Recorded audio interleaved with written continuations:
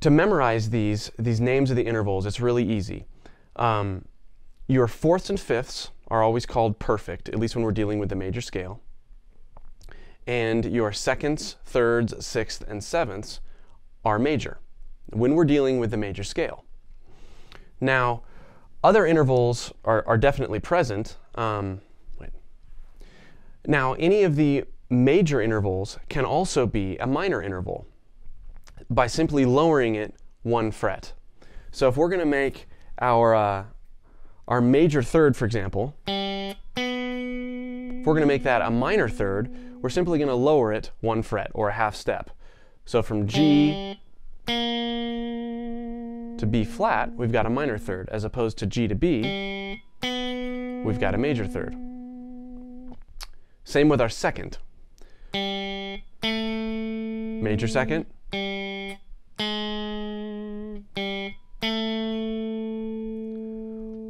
Now if we're talking about a major sixth, here's your major sixth. Lowering it a half step makes it a minor sixth.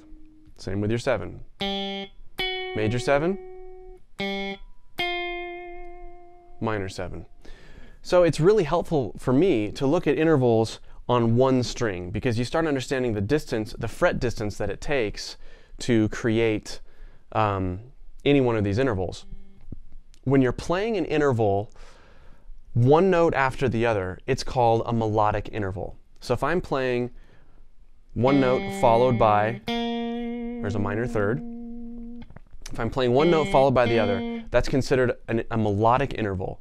If I'm playing the notes together, like something like this,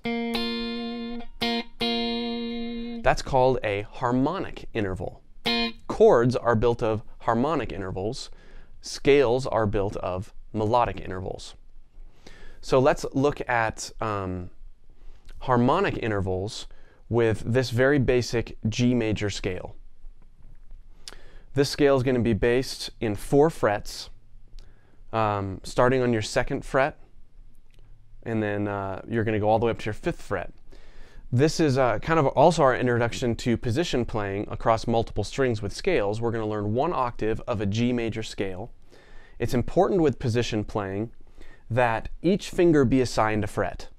So in other words, you're not going to be moving your first finger around to reach notes. Any note that's played in your 2nd fret is going to be played by your first finger, and so on with all of your other fingers. I'm going to play this scale very slowly, and then I will explain it a little bit more.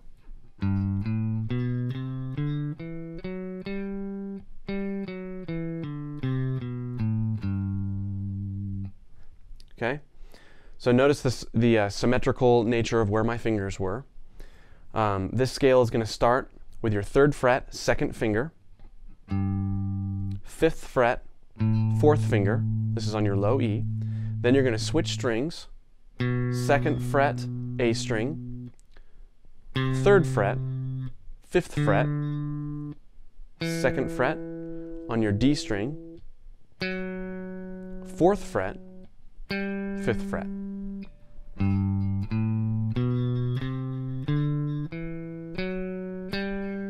So learning how to play it linearly is great, but the reason we are working on this is because we're going to identify our root, which is G, and then we're going to be playing all of the other intervals along with that root note. This is really, really key as you start hearing the distance between the notes. Part of ear training is being able to listen to a song or whatever and identify if someone is singing, for example, what the distance between those intervals are. Here's our root note.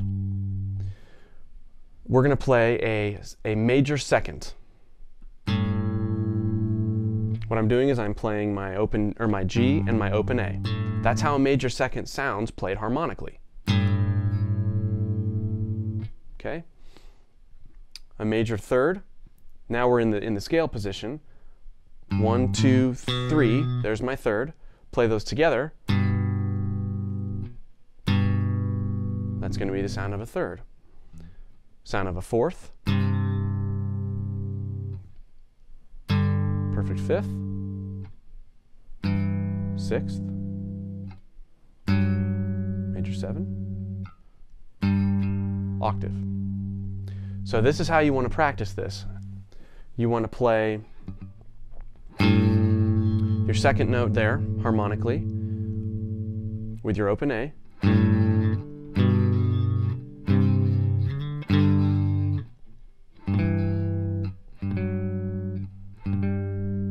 You start getting a feel for all of these different intervals as they sound played together.